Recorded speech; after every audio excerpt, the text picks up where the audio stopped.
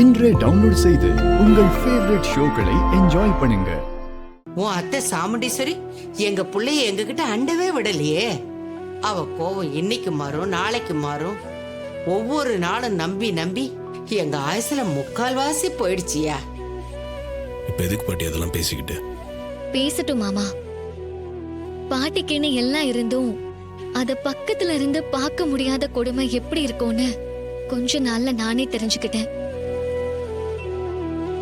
நீங்க பேசுங்க பாட்டி. உங்களுக்கு என்ன தோணுதோ என்கிட்ட பேசுங்க. கண்ணு, ஒரு நாளா 2 நாளா 30 வருஷத்துக்கு மேல இந்த நத்தை ஓட்ட சுமந்துக்கிட்டு நடக்கும் பாரு, அந்த மாதிரி உங்க அம்மா சாமுண்டீஸ்வரி எங்க மேல இருக்கிற பகைய சுமந்துக்கிட்டு இருக்கா. இப்படி இருப்பான்னு நான் கொஞ்சம் கூட எதிர்பார்க்கவே இல்லை, நினைச்சு கூட பார்க்கல. என் புள்ள ராசராச இந்த பாரு, மகாலட்சுமி மாதிரி 4 பொண்ணுங்களை பெத்திருக்கான். அந்த 4 பேத்திங்களும் இந்த வீட்டுல ஓடி ஆடி விளையாடினதே இல்ல. அப்படி இருக்கும்போது எதுக்குமா இந்த வீடு? இந்த வீடு எதுக்குன்னு கேக்குறேன். பாட்டி சரியா, சின்ன பிள்ளைங்களா இருக்கும்போதுதான் என் பேத்திங்களை இங்க வர விடல. இப்பதான் அவங்க எல்லாம் வளர்ந்து படிச்சு பெரிய ஆளாயி அவங்கவுங்களுக்குன்னு ஒரு வாழ்க்கையை தேடிக்கிட்டாங்கல்ல. இப்பவாவது அவங்க எல்லாம் இந்த பாட்டியை தேடி வரலாம்ல.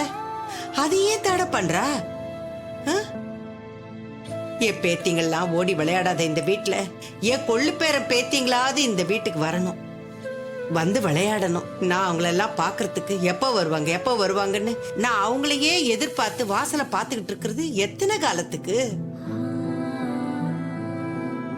அவளுக்கு எங்க மேல கோவம்னா அதை எங்களோடய நிறுத்திக்கலாம்ல. எதுக்கு உங்க வாழ்க்கையெல்லாம் பரிதவிக்க விடுறா? இதுக்கு காரணம் சொல்லியா?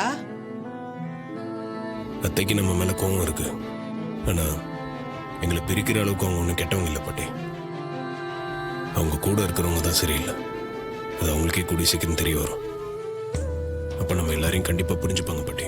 இன்னும் எத்தனை நாளைக்கியா? இன்னும் எத்தனை நாளைக்கு இப்படி நான் நம்பிக்கிட்டே இருக்கிறது?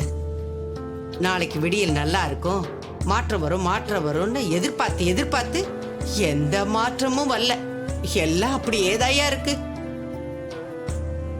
இந்த ஏக்கத்திலே நான் போய் சேர்ந்துடக்கூடாது. கடவுளே எனக்கு ஆயுச கொடுன்னு நான் வேண்டிக்கிட்டு இருக்கிறேன். பாட்டி, நீங்க வருத்தப்படாதீங்க. அதான் நான் வந்துட்டேன்ல. உங்களுக்கு என்னென்ன ஆசை இருக்கும், எதெல்லாம் நமக்கு நடக்காம போச்சுன்னு உங்களுக்கு வருத்தமா இருந்ததோ அதையெல்லாம் நான் உங்களுக்கு திருப்பி தருவேன். என் பாட்டியை நான் சந்தோஷமா பார்த்துப்பேன். ஏரா சாத்தி